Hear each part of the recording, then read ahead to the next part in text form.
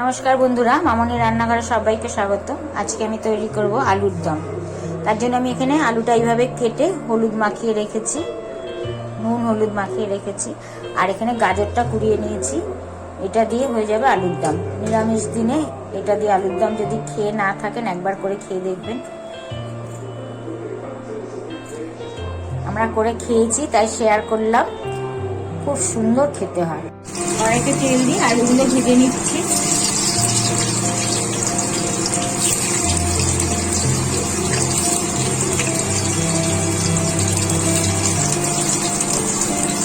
আলুটা ভাজা হয়ে গেছে, এবার তুলে নিচ্ছি আলুটাকে।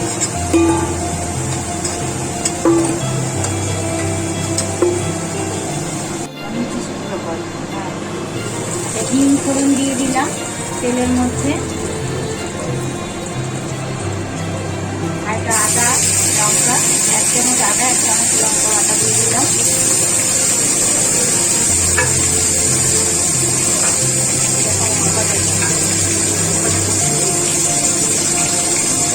গাজর চুলানোটা দিয়ে দিলাম।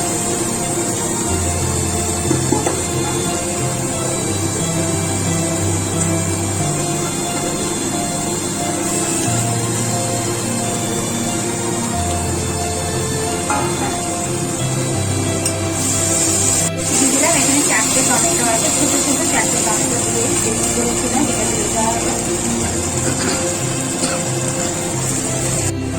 আমি এখানে দিয়ে দিচ্ছি ধনে জিরে বাটাটা দিয়ে 2 চামচ মতো ধনে জিরে বাটা দেওয়া হবে।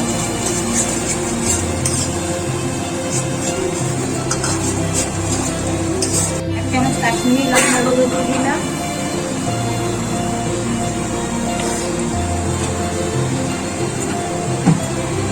রংটা কত সুন্দর হয়েছে, খেতেও অসাধারণ হয়। আমি যেভাবে করছি একবার এইভাবে করে দেখবেন। 1 চামচ নুন দিয়ে দিলাম। মশলা থেকে তেলটা ছেড়ে এসেছে। 2 চামচ নুন দিলাম। 1 চামচ চিনি দিয়ে দিলাম। ভালো করে কষিয়ে আলুটা দিয়ে আবার একটু কষিয়ে নেব।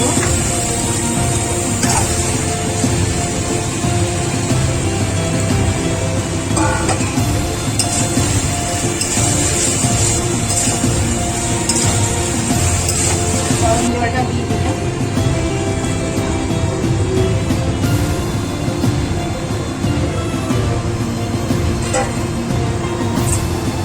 গাজরের এই আলুর দমটা এত সুন্দর, যদি মশলাটা না দেখে তাহলে বুঝতেই পারবে না যেটা গাজর দিয়ে তৈরি করা।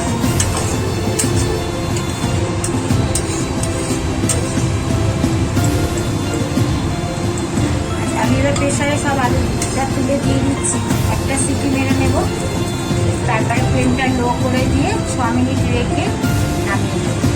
1/2 চামচ ঘি দিয়ে দিলাম। আলুর দমটা অলমোস্ট ডান।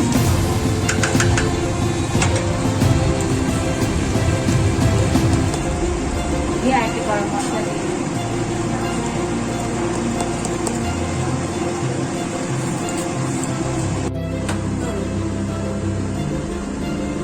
লুচিতে আলুর দমটা সার্ভ করেছি। আপনারা অবশ্যই একবার ট্রাই করবেন, দুর্দান্ত খেতে হয়। ভিডিওটা ভালো লাগলে শেয়ার করবেন, লাইক করবেন, কমেন্টস করবেন। ধন্যবাদ।